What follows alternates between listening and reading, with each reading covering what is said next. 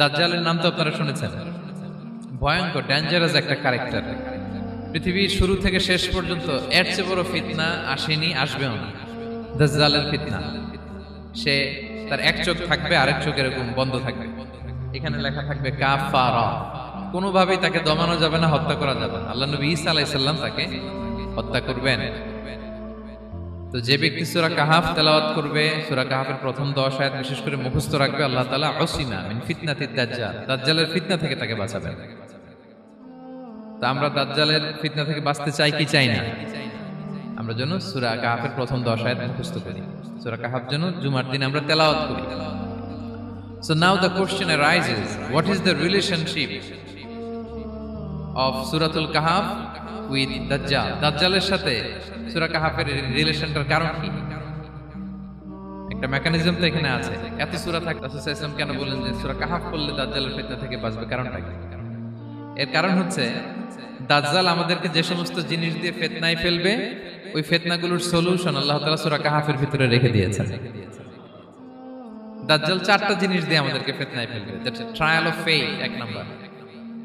ঈমানের পরীক্ষা সে আমাদেরকে ফেলবে, আমাদের বিশ্বাস নিয়ে ছিনিমিনি খেলবে সে। এটার সলিউশন আছে সূরা কাহাফ, আমি বলবো আস্তে আস্তে। 2 নম্বরে দাজ্জাল আমাদেরকে ফিতনায় ফেলবে, দ্য ট্রায়াল অফ ওয়েলথ, সম্পদ দিয়ে সে আমাদেরকে ফিতনায় ফেলবে। 3 নম্বর দ্য ট্রায়াল অফ নলেজ, জ্ঞান দিয়ে সে আমাদেরকে ফিতনায় ফেলবে। 4 নম্বর দ্য ট্রায়াল অফ পাওয়ার, ক্ষমতা দিয়ে সে আমাদেরকে ফিতনায় ফেলবে। দাজ্জাল 4টা জিনিস দিয়ে আমাদেরকে পরীক্ষায় ফেলবে। কয়টা? 1 হচ্ছে ঈমানি পরীক্ষা, 2 হচ্ছে সম্পদ দিয়ে পরীক্ষা, 3 হচ্ছে জ্ঞান দিয়ে পরীক্ষা, 4 হচ্ছে ক্ষমতা দিয়ে পরীক্ষা। সে ঈমানের পরীক্ষায় আমাদেরকে ফেলবে।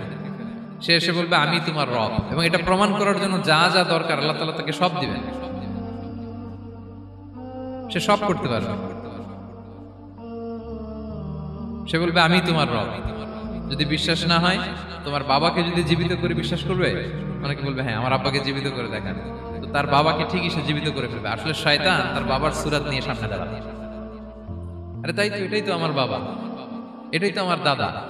মানুষ ফিতনায় পড়ে যাবে, ঈমানের ফিতনায়। সে ভাববে আসলে এটাই বোধহয় আমার রব, এবং তাকে এত ক্ষমতা দেয়া হবে, তার ডান দিকে থাকবে জান্নাত, বাঁ দিকে জাহান্নাম। তার কাছে আল্লাহ এটা দিবে।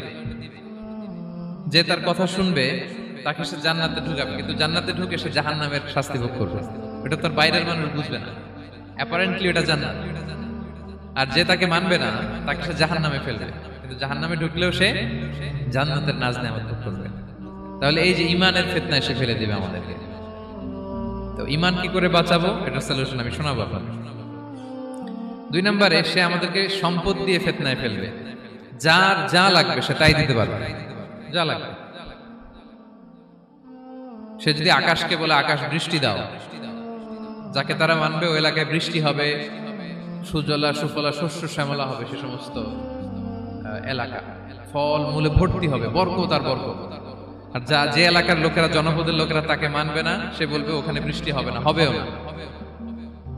ওখানে খরা, দুর্ভিক্ষ, মাটি ফেটে চলছে, মানুষ না খেয়ে মরবে, মহামারী, দুর্ভিক্ষ দেখা দেবে। তখন বিশ্ববাসী মনে করবে এটাই বোধহয় আমাদের রব। তার মানে সম্পদ দিয়ে ফিতনায় ফেলে দেবে। 3 নম্বর হচ্ছে নলেজ, তার জ্ঞানের কাছে গোটা বিশ্ব হার মানবে। পূর্বের পরের যত জ্ঞান আছে সব আল্লাহ তাকে দিবে। ইলমুল আউয়ালিন ওয়াল আখিরিন, এমন কোন প্রশ্ন নেই যেটা দিয়ে তাকে আটকানো যায়। যাই জিজ্ঞেস করবেন সব জানতা, সব বলে দেয়।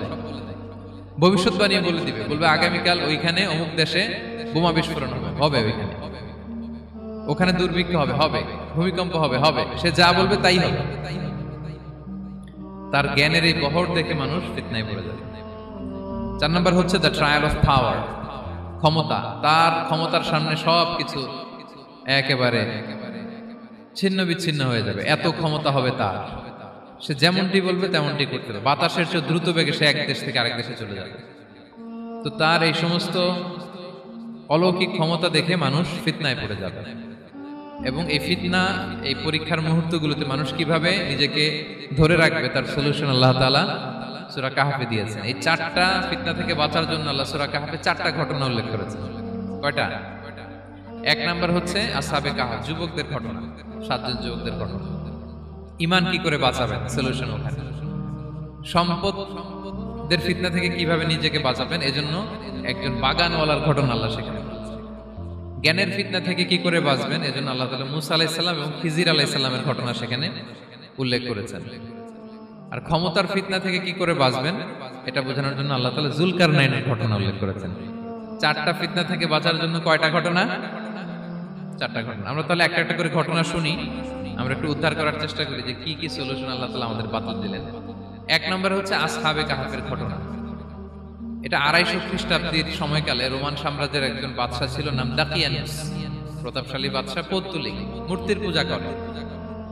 ঈসা আলাইহিস সালাম বিদায় নিয়েছেন, 200-250 বছর হলো। তো সব নবীর ধর্মই কিন্তু ইসলাম, যদিও আমরা নাসারা বলি, ইহুদি বলি, সব নবীদের ধর্মই কি ইসলাম। তো তিনি ছিলেন পৌত্তলিক, মূর্তির পূজা করত। আর তার এলাকায় কেউ যদি ঈসা আলাইহিস সালামের নাম নিত, আখিরাতে বিশ্বাস করত, আল্লাহ বিশ্বাস করত, তাদেরকে তারা পাথর মেরে হত্যা করত। এজন্য ভয়ে কেউ ঈসাই ধর্মে ঈমান আনতো না, মানে ইসলামে ঈমান আনতো না। এই রাজার ভয়ে সবাই মূর্তির পূজা করত। কিন্তু 7 জন যুবক ছিল, তারা স্রোতে গা ভাসিয়ে দেয়নি। স্রোতের বিপরীতে তারা ঈমান নিয়ে দাঁড়িয়েছে। তারা ঈসা আলাইহিস সালামের রেখে যাওয়া সত্য ধর্মের উপর ঈমান এনেছিল, আখিরাতে তারা বিশ্বাস করত। তো এই 7 জন যুবকের কথা ছড়াতে ছড়াতে রাজা দাকিয়ানুসের কাছে চলে যায়। উনি তো রেগে মেগে আগুন, ডেকে পাঠালো 7 জনকে। তাদেরকে জিজ্ঞেস করলো, তোমরা কাকে মানো? বলতেছে এক আল্লাহকে মানি। সাহসী, খুবই সাহসী। বলতেছে তুমি কি জানো তোমরা কার সামনে কথা বলতেছো? আমি তো তোমাদেরকে মৃত্যুদণ্ড দিতে পারি। তারা বলে দেন, কিন্তু আমরা সব বিসর্জন দিলেও ঈমান বিসর্জন দিতে পারবো না। সুবহানাল্লাহ। তিনি বললেন, তোমরা যুবক মানুষ, রক্ত গরম, আবেগে কথা বলতেছো, 3 দিন সময় দিলাম, যাও। ঈসার নাম ভুলে যাও, আখিরাত ভুলে যাও, আল্লাহর নাম ভুলে যাও। 3 দিন পরে তোমাদেরকে আবার ইন্টারভিউ নেব। ওই দিন যদি একই কথা বলো, পাথর মেরে 7 জনকে দুনিয়া থেকে উড়িয়ে দেব। তারা চলে গেল। এবার 7 বন্ধু মিলে পরামর্শ করতে লাগলো, কি করতে পারি আমরা, এই গুণে ধরা সমাজকে আমরা কিভাবে বাঁচাবো, এই পৌত্তলিকতার ছোবল থেকে এই ইফসিস নগরীকে বাঁচাবো কি করে। নগরীটার নাম ছিল ইফসিস নগরী। বর্তমানে এটা তুরস্কের ইজমির শহরে অবস্থিত। এখনো জায়গাটা প্রত্নতাত্ত্বিকদের ওই ইয়েতে এটা সংরক্ষিত, এখনো টুরিস্টরা যায়। তো তারা বলল, আমরা ঈমান বিসর্জন দিব না, যদি আমরা ওদের কথা মেনে নিই আমরা তো মুশরিক হয়ে গেলাম। চলো আমরা এক কাজ করি, আমরা এলাকা ছেড়ে দিই। এই 7 যুবক আল্লাহর উপর ভরসা করে তারা বাড়ি ঘর, আত্মীয় স্বজন সব ছেড়ে দিয়ে, লোকালয় ছেড়ে দূরে একটা পাহাড়ের ভেতরে আশ্রয় নিল। পাহাড়ের ভেতরে একটা গুহা ছিল। এই গুহা কি আরবিতে বলে আল কাহাফ। কি বলে? এই সূরার নাম কি? সূরাতুল কাহাফ। তো তাদের সাথে সাথে একটা কুকুরও যাচ্ছিল। তারা বারবার তাড়িয়ে দেওয়ার চেষ্টা করতেছিল কুকুরটাকে, যাতে না যায়, কিন্তু কুকুর শুধু কান্না করে তাদের সাথে যাওয়ার জন্য ঘেউ ঘেউ করতেছিল। এই কুকুরটাকেও সাথে নিল। ভালো মানুষদের সাথে থাকলে কি হয় দেখেন। এই কুকুরের কথা, যেহেতু 7 জন ইমানদারের সাথে একটা কুকুর ছিল, এই কুকুরের কথা আল্লাহ সূরাতুল কাহাফে উল্লেখ করে দিয়েছেন। ওয়া কালবুহুম বাসিতুন যিরাআইহি বিল ওয়াসিল। তো তারা ভিতরে গেল, যে প্রচন্ড ক্লান্ত, তারা ঘুমিয়ে পড়ল। কি করলো? এই এক ঘুমে আল্লাহ 309 বছর কাটাই দিলেন। কয়শো 9 বছর? 9 বছর ঘুম, সব ঘুম, প্রচন্ড ঘুম, ঘুম যেন আর কাটে না। 309 বছর পরে এরা জাগল। এখন খুব ক্ষুধা, ঘুমে আর মোর ভাঙতেছে। আর একজন জিজ্ঞেস করতেছে, কি লম্বা সময় ঘুম দিলাম কোথায় আমরা? একজন বলতেছে, হ্যাঁ মনে সারাদিনই ঘুমাইছি আমরা। আরেকজন বলতেছে, না না সারাদিন না, দিনের কিছু অংশ হয়তো ঘুমাইছি। আসলে কয় বছর ঘুমাইছে? 309 বছর। তো এদিকে সভ্যতার তো চেঞ্জ। এখানে ওই দাকিয়ানুস মরে, এর ছেলে মরে, এর নাতি মরে, পুতি মরে, এখন 6ষ্ঠ নম্বর রাজা আসছে। প্রজন্মের পর প্রজন্ম তো শেষ। 309 বছরে কমপক্ষে 4-5টা জেনারেশন চেঞ্জ হবে। তো জেনারেশন চেঞ্জ হয়ে, এলাকা চেঞ্জ হয়ে, তারা যে স্বপ্ন দেখেছিল এই ইফসিস নগরীতে কালিমার পতাকা উঠবে, তাদের স্বপ্ন আল্লাহ বাস্তবায়ন করেছেন। 309 বছরের ব্যবধানে এই এলাকার সবাই মুসলিম হয়ে গেছে। আল্লাহ চাইছিলেন ওদেরকে দেখাবে, এটা ওদের স্বপ্নটা যে বাস্তবায়ন হয়েছে এটা দেখাবে। তো ঘুম থেকে উঠছে, একজনকে তারা বললো যে লুকায় লুকায় চাদর মুড়ি দিয়ে কিছু রুটি নিয়ে আসো বাজার থেকে, যাতে তোমাকে না চিনে। চাদর মুড়ি দিয়ে যাও। কিছু পয়সা ছিল, মুদ্রা দিয়ে দিচ্ছে। তো সে যে যখন দোকানদারের কাছ থেকে রুটি নিছে আর মুদ্রা দিছে, দোকানদার বলে এই মুদ্রা কোত্থেকে আসলো? 309 বছর আগে মালয়েশিয়াতে রিঙ্গিট ছিল কিনা জানি না, যেভাবে ওরা ট্রানজাকশন করতে পারে যেটা ছিল, ওইটা যদি এখন কেউ দেয় রাজধানী বিলাসে খাবার পাওয়া যাবে? হ্যাঁ। তো রুটিওয়ালা বলে তুমি বর্তমান সময়ের মুদ্রা দাও, এটা দিচ্ছ কেন? বলতেছে এটা তো বর্তমান সময়ের মুদ্রা। বলতেছে এই যে মুদ্রার মধ্যে দেখো কোন সালের সিল দেওয়া, এটা তো শত শত বছর আগে। বলতেছে কি বলে শত বছর আগে? আমি তো আজকে সকালেই বাজার করলাম, ওই বাজার করে যে টাকাগুলো ছিল ওইটাই তো পকেটে। বলতেছে বলে কি? নিশ্চয়ই তুমি গুপ্তধনের সন্ধান পেয়েছো, হিডেন ট্রেজার। বলো, মানে তার সাথে এদের কথাবার্তা কিছু মিলতেছে না। পরে তাকে ধরে ওই সময়কার রাজার কাছে নিয়ে গেছে। ওই রাজা আবার মুসলিম, সবাই মুসলিম। সবাই সে যা বলে এরাও কেউ বিশ্বাস করে না, এরাও যা বলে এও বিশ্বাস করে না। আর এলাকা এর বাড়িঘর আসবে কোত্থেকে? এর নাতি পুতি যা আছে 5-6 পুরুষ তো মরে সবাই কবরে। তখন তার কথা শুনে সবাই অবাক। তো এটা মিলানোর জন্য তারা 309 বছর আগের দাকিয়ানুস বাদশার সরকারি যে নথিপত্র, ওই পুরাতন ছিঁড়া নথিপত্র তারা বের করলো। বের করে দেখে ঠিকই দাকিয়ানুস নামে এক বাদশা ছিল, আর অনেক শত শত বছর আগে মোস্ট ওয়ান্টেড 7 জন যুবক ছিল যাদের ব্যাপারে এক্সিকিউশনের অর্ডার ছিল। এখন দেখে তারা অবাক। লম্বা ঘটনা আমি শর্ট করে বলতেছি। পরে সবাই মিলে তাকে সহ ওই গুহায় গেল। গুহায় যাওয়ার পরে সে বাকিদেরকে ডাকতে গুহার ভিতরে ঢুকলো। আল্লাহ তাআলা 7 জনকে ওইখানে মৃত্যু দিয়ে দিলেন। চিরকালের জন্য এই 7 জন ঘুমায় পড়লো। আর এলাকাবাসী রাজা সহ ওইখানে তারা একটা মসজিদ নির্মাণ করলো। This is the story of আসহাবে কাহাফ। তো এলাকাবাসী যদিও মুসলিম হয়েছিল, কিন্তু আখিরাতের ব্যাপারে তাদের একটা সন্দেহ ছিল যে আসলে মানুষ মরার পরে কি আবার জীবিত হবে? মৃত্যুবরণ করার পরে আবার মানুষ জীবিত হবে? তাদের মনের মধ্যে একটা সন্দেহ ছিল যে আসলে মারা গেলে মানুষ আবার উঠতে পারে। তাদের এই সন্দেহ দূর করার জন্য আল্লাহ তাআলা এই 7 জনকে 309 বছর ঘুম পাড়িয়ে আবার জীবিত করলেন। সুবহানাল্লাহ বিহামদিহি। তাহলে ঈমান কিভাবে বাঁচাতে হয় এটার প্রেরণা আমরা এই 7 যুবকের কাছ থেকে পাই। এখানে যেটা আমরা শিখি প্রিয় ভাইরা, 1 নম্বর লেসন হচ্ছে আমাদের গুড কোম্পানি লাগবে, রাইটাস পিপল, মানে আমাদের সার্কেলটা ভালো হইতে হবে। তাদের 7 জনের সার্কেলটা খুব ভালো ছিল, ফলে তারা বিপথে যায় নাই এবং তারা এমন শক্ত সিদ্ধান্ত নিয়েছে যে আল্লাহ তাআলা সেটাতে বরকত দিয়েছেন, গোটা সমাজকে আল্লাহ তাআলা চেঞ্জ করে দিয়েছেন। এটা হচ্ছে 1 নম্বর লেসন। আপনি ঈমান বাঁচাতে হলে আপনার সার্কেল ভালো লাগবে। খুঁজবেন যে এলাকায় যাবেন ওখানে নামাজি সার্কেল কারা আছে, ওখানে জ্ঞানী গুণী সার্কেল কারা আছে, ওখানে ভালো কাজ করতে চায়, একে অপরকে সহযোগিতা করে, কল্যাণের পথের যাত্রী কারা আছে খুঁজতে হবে আপনাকে। খুঁজে ওই সার্কেলে আপনি যুক্ত হবে, তাইলে ঈমান বাঁচানো যাবে। ক্লিয়ার? 2 নাম্বার হচ্ছে conflict between believers and disbelievers it's universal.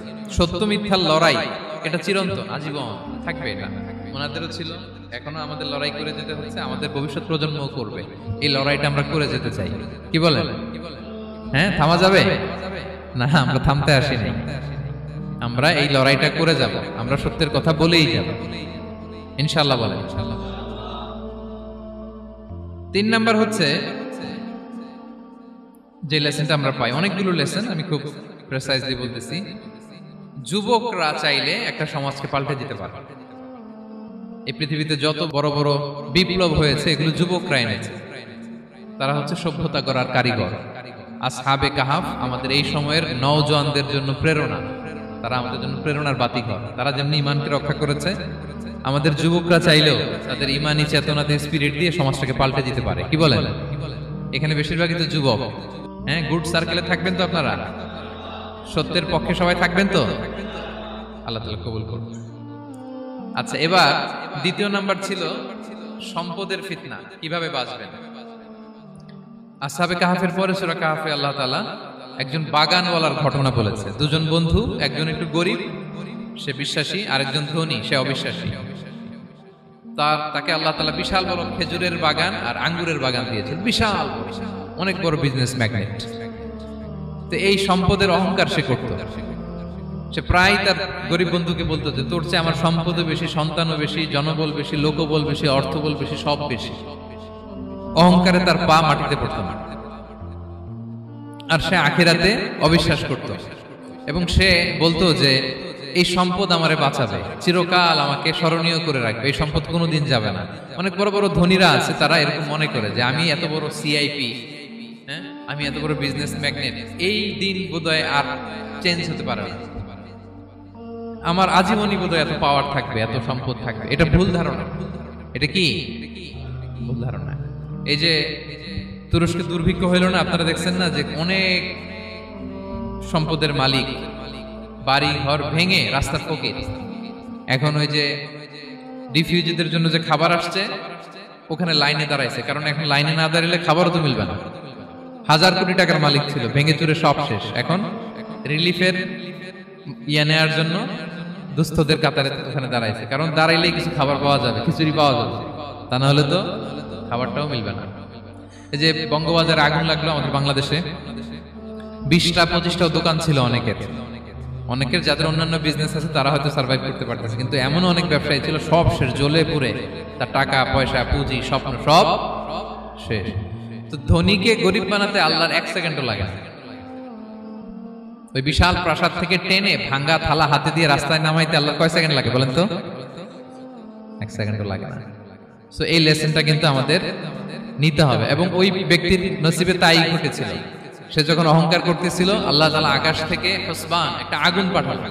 ওই আগুন এসে তার আঙ্গুরের বাগান, তার খেজুরের বাগান, বিশাল মাইলকে মাইল এই বাগান জ্বালিয়ে পুরো মুহূর্তের মধ্যে সারখার করে, এবং মুহূর্তের মধ্যে সে পথের ভিখারি, ফকির।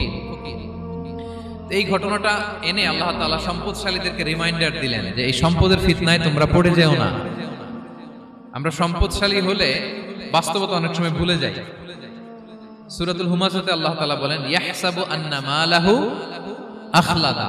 সম্পদশালীরা মনে করে এই সম্পদ আমাকে চিরকাল বাঁচিয়ে রাখবে, চিরকাল বোধহয় এই সম্পদ আমার হাতে থাকবে। না, এটা হাতের ময়লা, আজ আছে কাল নাই, যে কোনো সময় চলে যেতে পারে। এটা হচ্ছে ম্যাটেরিয়ালিস্টিক আউটলুক, বস্তুবাদী চিন্তা থেকে এই আমাদের ধনী ভাইদের এই সমস্যাটা হয়।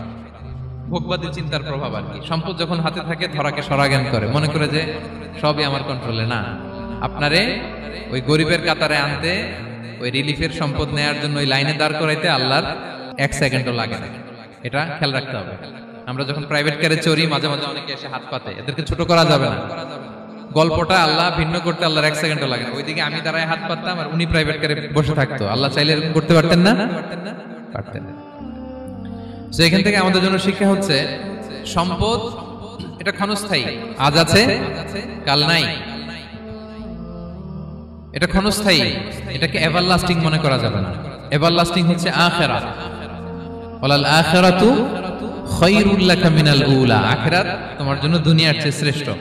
এবং আল্লাহ তাআলা দৃষ্টান্ত একটা দিয়েছেন যে দুনিয়ার জীবনটা হচ্ছে কামা, ওই পানির মতো, যেটা আনজালনাহু মিনাস সামা, আকাশ থেকে নাজিল করেছি। ওই পানি ক্ষেতের মধ্যে পড়ে ফসল, ফুল ফসল হয়েছে। এরপরে যখন ফসল কাটা হয়, ওই ক্ষেত খামার এগুলো তৃণলতা হয়ে যায়, ভুসির মতো হয়ে যায়। তখন বাতাসের ঝাপটায় একবার এদিকে যায়, একবার ওদিকে যায়। অনেক লম্বা উপমা, আমি সংক্ষেপে বললাম। তো শেষ আউটপুটটা হচ্ছে এটা, সম্পদ এটা মুহূর্তেই চলে যেতে পারে। সম্পদ উপার্জন জায়েজ আছে, মুসলিমরা সম্পদ উপার্জন করতে পারবে, কোনো অসুবিধা নাই। আপনি যদি ধনী হন এটা ভালো, ফলে আপনি যাকাত দিতে পারবেন, অসহায় দুস্থদের সহায়তা করতে পারবেন, কন্ট্রিবিউট করতে পারবেন। আপনি সম্পদ হাতের মুঠোয় নেবেন, কন্ট্রোল করবেন, কিন্তু এই দিকে স্থান দিবেন না। দ্যাটস ইট, তাহলেই হবে। আমরা সম্পদ কি করতে পারবো? উপার্জন করতে পারবো, কিন্তু হৃদয়ে স্থান দিতে পারবো না। হৃদয়ে স্থান থাকবে আখিরাতের। এই মাইন্ডসেট যদি আপনি গড়ে তোলেন, তাহলে সম্পদের ফিতনা আপনি কখনো পড়বেন না। এই পয়েন্টটা কি ক্লিয়ার সবার? ক্লিয়ার। 3 নাম্বার ফিতনা ছিল কিসের ফিতনা দেখি কে বলতে পারে? প্রথমটা হচ্ছে বিশ্বাস বা ঈমানের ফিতনা, 2 নাম্বার হচ্ছে সম্পদের ফিতনা, 3 নাম্বার জ্ঞানের ফিতনা। জ্ঞানেরও কিন্তু ইলমেরও একটা গরম আছে। যার ইলম আছে তার মধ্যে এই সমস্যাটা কাজ করে। সেটার জন্য আল্লাহ তাআলা মুসা আলাইহিস সালাম, খিজির আলাইহিস সালামের ঘটনা বলেন। আমি খুব সংক্ষেপে বলবো, সময় কম। মুসা আলাইহিস সালাম হচ্ছে বনি ইসরাইলের নবী, আর খিজির আলাইহিস সালাম কেউ বলেছেন নবী, কেউ বলেছেন আল্লাহর ওলি। আসলে আরবিতে ওনার নাম খদির, আমরা বাংলায় বলি খিজির। খদির মানে সবুজ। উনি যে কোনো জায়গায় বসলে ওখানে মরা গাছ, লতা পাতা এগুলো সবুজ হয়ে যেত। অনুর্বর এলাকার উপর দিয়ে হেঁটে গেলে ওটা উর্বর হয়ে যেত। তো মুসা আলাইহিস সালাম একবার ওয়াজ করতেছেন এইভাবে বনি ইসরাইলের সামনে, খুতবা দিচ্ছেন। হঠাৎ এক লোক দাঁড়ায় বলে, ইয়া নবী আল্লাহ, মান আ'লামু ফিল আরদ, বর্তমান পৃথিবীতে সবচেয়ে জ্ঞানী কে? মুসা আলাইহিস সালাম বললেন, ফাকালা আনা, আমি। কি বললেন? উনি আসলে ভুল কিছু বলেন নাই, কারণ প্রত্যেক জামানার নবীকেই আল্লাহ তাআলা সবচেয়ে বেশি জ্ঞান দিয়ে পাঠান, কারণ তার কাছে ওহীর জ্ঞান আসে, অদৃশ্যের খবর আসে, ইলমুল গায়ব আসে। কিন্তু এই উত্তরটা আল্লাহ তাআলার পছন্দ হয়নি। আল্লাহ তাআলা চাচ্ছিলেন মুসা যদি বলতো আল্লাহ তাআলাই জানে কি জ্ঞানী বা আল্লাহই সবচেয়ে জ্ঞানী, এরকম হলে ভালো হতো। কিন্তু মুসা আলাইহিস সালাম কি বলছে? আমি। এখন প্রশ্ন করলো সবচেয়ে বড় জ্ঞানী কে? উনি কি বললেন? আমি। এই যে আমি এটাতে ঝামেলা আছে। আমি বড়, আমি জানি, আমি সব, দিস ইজ প্রবলেমেটিক। আল্লাহ এটা পছন্দ করলেন না। আল্লাহ তাআলা মুসা আলাইহিস সালামকে বললেন, মুসা তুমি যে বলছো তুমি জ্ঞানী, না তুমি জ্ঞানী না, তোমার চেয়ে বড় জ্ঞানী আছে। মুসা আলাইহিস সালাম বলে, তাই নাকি? আমার চেয়ে বড় জ্ঞানী কে? তো আল্লাহ তাআলা বললেন, ইযহাব ইলা মাজমাইল বাহরাইন, দুই সাগর বা দুই নদীর মিলনস্থলে যাও, ওখানে আমার এক বান্দা আছে তোমার চেয়েও জ্ঞানী। মুসা আলাইহিস সালাম বললেন, তাই নাকি? তো আল্লাহ, আমি কিভাবে চিনি উনি কোথায় থাকে, কিভাবে বুঝবো? আল্লাহ বললেন, একটা বড় মাছ নাও, এটাকে ফ্রাই করো, এটাকে ফ্রাই করে একটা ঝুড়ির ভেতরে নাও, যেখানে এই মাছটা সাগরে ঢুকে যাবে ওখানে আমার বান্দাকে পাবে। তো উনি ওনার সহযোগী ইউশা ইবনে নুনকে নিয়ে হাঁটতে লাগলেন। হাঁটতে হাঁটতে এক জায়গায় ক্লান্ত হয়ে পাথরের পাশে বিশ্রাম নিলেন। ওই পাথর থেকে আবার এক ধরনের পানি বের হয়, এই পানিটারে বলে আবে হায়াতের পানি, মাউল হায়াত, জীবন নদীর পানি। এই পানি কোনো মৃত প্রাণী বা বস্তুর গায়ে লাগলে ওটা জীবিত হয়ে যায়। তো ওনারা পাথরে হেলান দিয়ে বিশ্রাম নিচ্ছিলেন। ওই পানি ওই ফ্রাই করা মাছের গায়ে লাগার সাথে সাথে মাছ জীবিত হয়ে ঝুড়ি থেকে বের হয়ে সাগরে ঢুকে গেছে। ওনারা আর খেয়াল করেন না। এরপর আবার হাঁটতে লাগলেন। হাঁটতে হাঁটতে যখন ক্লান্ত শ্রান্ত, তখন বলে, এই ইউশা, আমাদের ওই মাছ ফ্রাই মাছটা দাও, এখন খাই। ঝুড়ি খুলে দেখে মাছ নাই। মাছ গেল কোথায়? তখন ইউশা বলল, হয়তো আমরা যে পাথরের ওখানে বিশ্রাম নিয়েছিলাম ওখানে আমরা মিসিং, ওখানে হারাই ফেলছি। চলো চলো, আরে ওইদিকে তো যাইতে হবে আমাদের। উনি গেলেন, যে দেখে মাছ যে জীবিত হয়ে বালুর এদিকে নাড়াচাড়া করতে করতে সাগরে ঢুকে গেছে, ওখানে দাগ আছে। মুসা আলাইহিস সালাম ঢুকলেন সুরঙ্গ, ঢুকে দেখে চাদর গায়ে দিয়ে এক লোক শুয়ে আছে। সালাম দিলেন, আসসালামু আলাইকুম। ওই লোক চাদর আর সরায় না, ভিতর থেকে বলতেছে, ওয়ালাইকুম আসসালাম। তো চাদরের ভিতর থেকে উনি বলে, মান আন, তুমি কে? মুসা আলাইহিস সালাম বললেন, আনা মুসা, আমি মুসা। উনি বলেন, মুসা বনি ইসরাইল, বনি ইসরাইলের মুসা? বললেন, হ্যাঁ। কেন এসেছো? এবার চাদর খুললেন। বলতেছে, আপনার কাছ থেকে কিছু শিখতে আসছি। আল্লাহ বলছে, আপনি নাকি সবচেয়ে বড় জ্ঞানী। আমি ভুল করে বলে ফেলছিলাম আমি। আল্লাহ বলছেন যে আপনি নাকি জ্ঞানী। বলতেছে, না, তুমি আমার জ্ঞান নিতে পারবে না, ওই ধৈর্য শক্তি তোমার নাই। মুসা আলাইহিস সালাম বললেন যে আপনি যে কোনো শর্তে আমাকে একটু রাখেন কয়েকদিন, আপনার সাথে আমি রাজি। বললেন, না, তুমি পারবে না। মুসা আলাইহিস সালাম জোর করতে লাগলেন। অবশেষে খিদির আলাইহিস সালাম রাজি হলেন। বললেন, শর্ত হচ্ছে আমি যাই করি আর না করি আমাকে কোনো প্রশ্ন করা যাবে না। মুসা আলাইহিস সালাম বললেন, ওকে। সফর শুরু হলো। সামনে নদী, এক লোক তাদের নৌকা দিয়ে নদী পার করায় দিল। নদী পারাপারের পর খিজির আলাইহিস সালাম লাঠি দিয়ে নৌকার তলাটা ছিদ্র করে দিলেন। মুসা আলাইহিস সালাম বললেন, ইন্না লিল্লাহি, এটা আপনি কি করলেন? ওরা আমাদেরকে নদী পার করে দিল, আর যে ভাড়াটা আসছিল এটাও নিল না, আমাদেরকে সম্মান দেখালো, আপনি নৌকা ছিদ্র করে দিলেন। খিজির আলাইহিস সালাম বলছে, এই যে আমি বলছিলাম না তুমি ধৈর্য ধারণ করতে পারবে না, যাও, তোমার রাস্তায় তুমি, আমার রাস্তায় আমি। মুসা আলাইহিস সালাম আবার ক্ষমা চাচ্ছেন যে আপনি আমার ক্ষমা করেন, আমি তো ভুলে গেছি, আর প্রশ্ন করবেন না। চলতে লাগলেন। হঠাৎ বাচ্চারা খেলতেছে, এক বাচ্চাকে ধরে হত্যা করলেন খিজির আলাইহিস সালাম। এবার তো মুসা আলাইহিস সালাম রেগে গেছে, আপনি করলেনটা কি? নিষ্পাপ ফুলের মতো শিশুকে হত্যা করলেন। খিজির আলাইহিস সালাম বলে, এই যে আমি জানতাম যে তুমি ধৈর্য ধারণ করতে পারবে না, তোমার রাস্তা এক, আমার রাস্তা এক, যাও। এবার মুসা আলাইহিস সালাম করজোর করতেছে যে this is the last chance, একটা ফাইনাল চান্স দেন, একটা সুযোগ দেন, আর আমি প্রশ্ন করব না, এটাই লাস্ট। বলেন, ওকে, ঠিক আছে।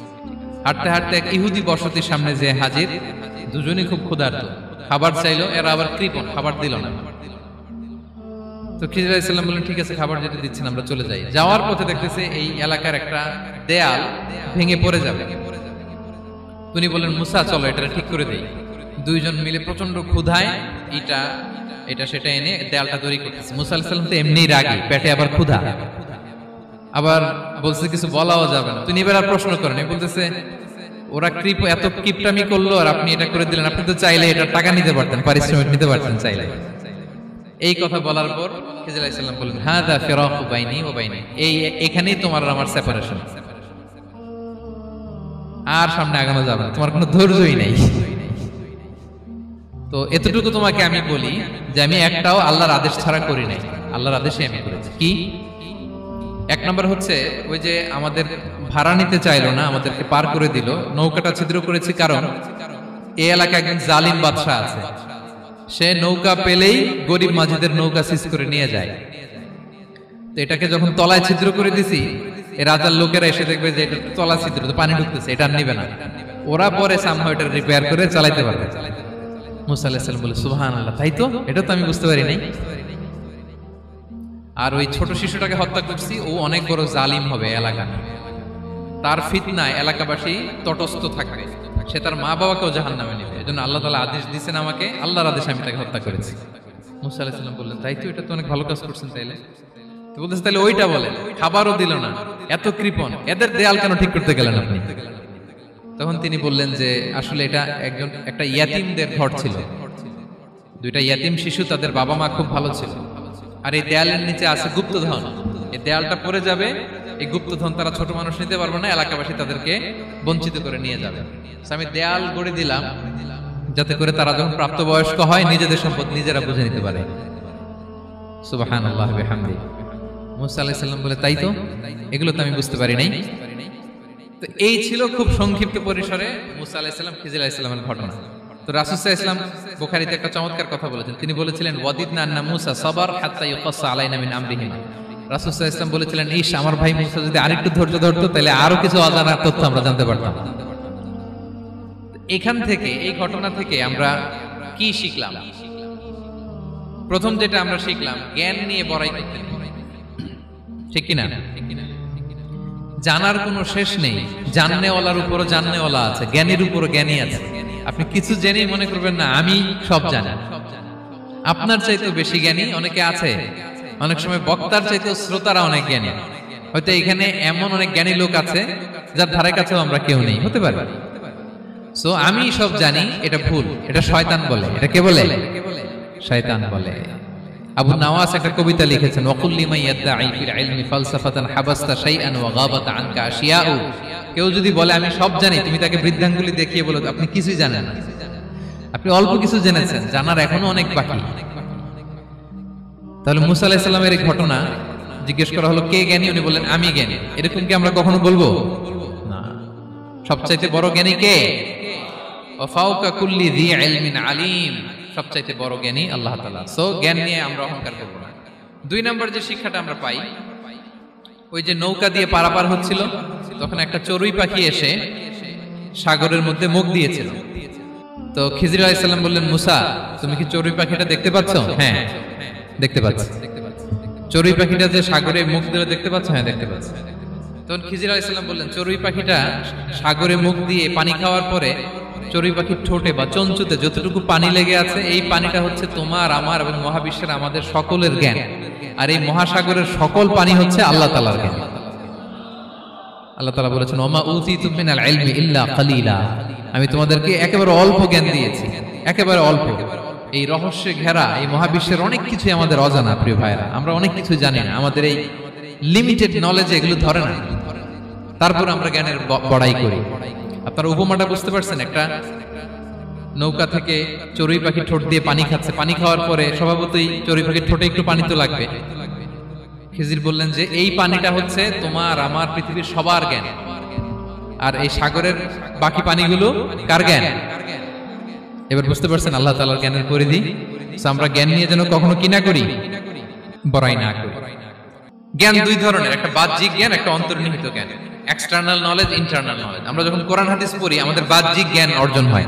কোরআন হাদিস পড়লেই আপনি জ্ঞানী হয়ে যান। এটা কোরআন হাদিস পড়তে হয়, এটা ডাইজেস্ট করতে হয়, এটার উপর আমল করতে হয়। এই জ্ঞান অর্জন শেষে এরপরে আল্লাহর প্রিয় বান্দাদেরকে আল্লাহ অন্তরে ইলমের নূর দেন, ইলহাম দেন। That is the knowledge, that is the pure knowledge. আপনি হাফেজে কোরআন হয়ে ভাবেন না আপনি সব জানেন, আপনি বুখারী মুখস্থ করে ভাবেন না সব জানেন। এই সব জ্ঞান অর্জন করার পরে ইলমের নূর হাসিল হয়, সেটা আল্লাহ সবারে দেয় না। সো এই অন্তর্নিহিত জ্ঞান, দূরদৃষ্টি, farsightedness, that is the pure knowledge. এটার জন্য বছরের পর বছর, যুগের পর যুগ সাধনা করতে হয়। সেটার জন্য এই জ্ঞান অর্জনের জন্য তিনটা জিনিস করতে হয় ইলমের নূর অর্জনের জন্য। কয়টা? এক হচ্ছে বিনয়, দুই হচ্ছে সফর, তিন হচ্ছে সবর। আবার বলি, এক হচ্ছে বিনয়, দুই হচ্ছে সফর, তিন হচ্ছে সবর। আল্লাহ তাআলা আল্লাহর নবীকে তাওরাত দেওয়ার পরেও আরো ট্রেনিং সেশন করাইছেন খিজির আলাইহিস সালামের কাছে। যাও ওনার কাছে গেলে তুমি ছোট হবা, নত হবা। জ্ঞান যদি আমি নিতে চাই আমাকে ছোট হইতে হবে। ধরেন একটা গ্লাস থেকে একটা খালি গ্লাসে পানি ঢালবো, তো যেটাতে নেওয়া হবে এটা উপরে থাকলে হবে? যেই গ্লাসটার মধ্যে পানি আছে এটা উপরে থাকবে, ওইটা ব্ল্যাঙ্ক গ্লাসের মধ্যে পড়বে। আপনি নলেজ ইলম নিতে চাইলে আপনাকে নিচে থাকতে হবে, উনি উপরে থাকবেন। আপনার শায়েখ আপনাকে দিবে, আপনার উস্তাদ আপনাকে দিবে, আপনার মুর্শিদ আপনাকে দিবে। বুঝতে পেরেছেন? তাহলে আমাদেরকে হাম্বলনেস লাগবে, শিখতে হইলে হাম্বল হইতে হয়, বিনয়ী হইতে হয়। আচ্ছা, 2 নাম্বার সফর করতে হয়। এটা আল্লাহ মুসা আলাইহিস সালামকে দিয়ে করাইছেন, যাও পিছে পিছে উস্তাদের পিছে পিছে ঘুরো।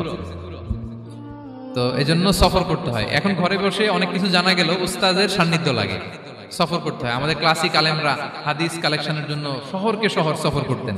এখনো আমাদের আলেমরা দেওবন্দে যায়, মিশরে যায়, মদিনায় যায়। এখানকার মালয়েশিয়ান স্টুডেন্টরাও দেশে বিদেশে যে নলেজ অর্জন করে। সফর আপনাকে লাগবে। তাহলে বিনয়, সফর, 3 নম্বরে কি? সবর। ধৈর্যশীল হইতে হবে। দেখেন মুসা আলাইহিস সালাম বারবার প্রশ্ন করে ফেলতেছেন, বারবার ওয়াদা ভঙ্গ করতেছেন। এরকম করলে হবে না, ধৈর্য লাগবে।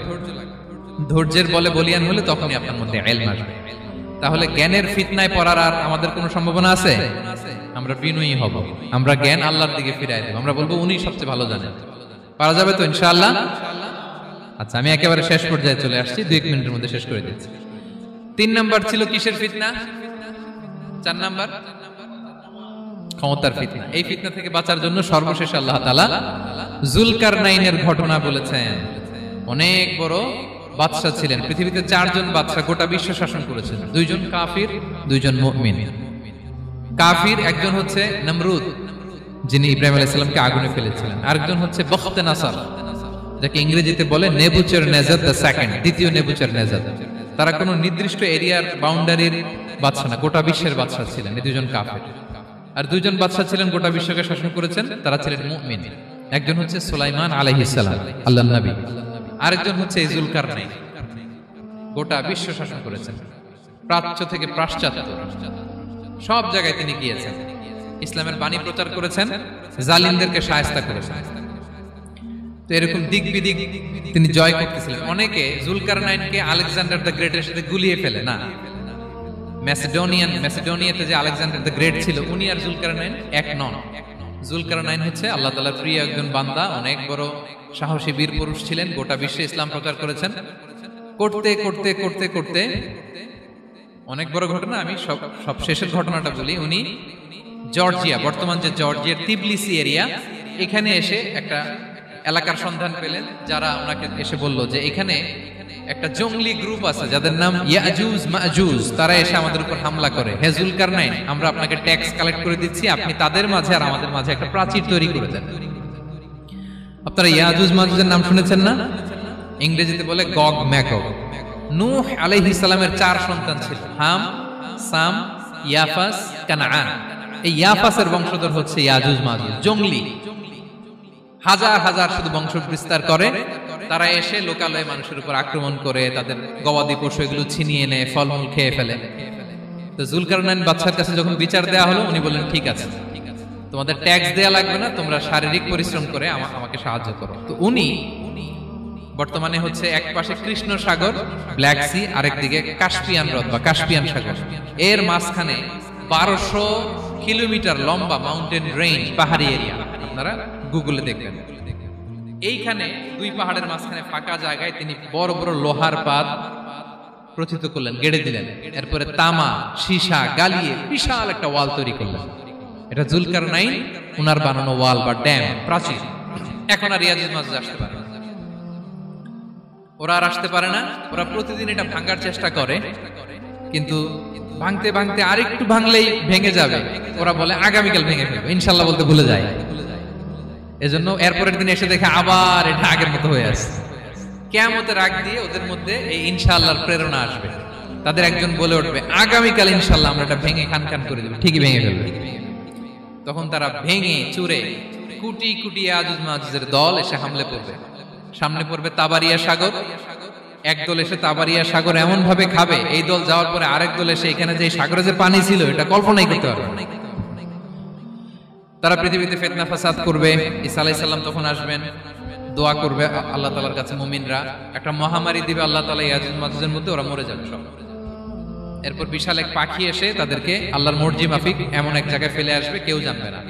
তো তারা যে পচে গলে মাটির সাথে মিশেছিল, এই গলিত লাশ থেকে মাটি খুব উর্বর হয়ে যাবে।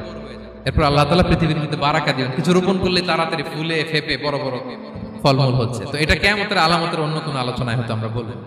তো জুলকারনাইন তিনি বিশাল এখানে প্রাচীর তৈরি করে দিয়েছিলেন, এবং প্রাচীর তৈরি করে দিয়ে তাদেরকে বলেছিলেন যে যতদিন আল্লাহ তাআলা চাইবেন এটা থাকবে, এবং যেদিন আল্লাহ তাআলার আদেশ আসবে এটা ভেঙে খান খান হয়ে যাবে। তার মানে দেখেন, এত পাওয়ারফুল, এত শক্তিশালী, এত ক্ষমতাধর হওয়ার পরেও তিনি তার ক্ষমতাকে কার দিকে ফিরিয়ে দিয়েছেন? যে আল্লাহ যতদিন চাইবে এই প্রাচীর টিকে থাকবে, যেদিনই আল্লাহ তাআলার আদেশ আসবে এই প্রাচীর ভেঙে খান খান হয়ে যাবে। সো আমরা ক্ষমতার দেখা পেলে, চেয়ার একটা পেলে আমরা যেন জালিম হয়ে না উঠি, এটা হচ্ছে এখান থেকে শিক্ষা। আমরা যেন জুলুম না করি। উনি সম্পদের মালিক ছিলেন, ক্ষমতার মালিক ছিলেন, কিন্তু উনি যে আল্লাহর বান্দা এটা ভুলে যান নাই। আমরা যখন ক্ষমতাশীল হই, আমরা যখন প্রধানমন্ত্রী হই, আমরা যখন প্রেসিডেন্ট হই, আমরা যখন পাওয়ারফুল হই, আমাদের সবচেয়ে বড় পরিচয় যে আমরা আব্দুল্লাহ, আল্লাহর গোলাম, এটা আমরা ভুলে যাই। আমাদের আসল পরিচয় কি? আমরা আল্লাহর গোলাম। আমরা যে আল্লাহর গোলাম, এই চিন্তাটা, এই সেন্সটা যদি আমাদের মাথায় থাকে, তাহলে ক্ষমতা আমাদেরকে দাম্ভিক বানাতে পারে না, আর ওই ক্ষমতা আমাদেরকে ফিতনায়ও ফেলবে না। তাহলে সম্মানিত সুধী, দাজ্জাল কয়টা জিনিস দিয়ে আমাদেরকে ফিতনায় ফেলবে? চারটা। দ্য ট্রায়াল অফ ফেইথ, ইমানের পরীক্ষা; দ্য ট্রায়াল অফ ওয়েলথ, সম্পদ দিয়ে পরীক্ষা; দ্য ট্রায়াল অফ নলেজ, জ্ঞানের পরীক্ষা; দ্য ট্রায়াল অফ পাওয়ার, ক্ষমতার পরীক্ষা। আর ইমানের পরীক্ষায় উত্তরণের জন্য আল্লাহ তাআলা আমাদেরকে এই সূরায় আসহাবে কাহফের ঘটনা শুনিয়েছেন, যে 7 জন যুবক তারা তাদের ঈমানকে হেফাজত করেছিল। সম্পদের ফিতনা থেকে বাঁচানোর জন্য আল্লাহ তাআলা আমাদেরকে এক বাগানওয়ালার কাহিনী জানিয়েছেন, যে সম্পদ পেয়ে তোমরা দাম্ভিক হয়ে যাও না, এটা আজ আছে কাল থাকবে না।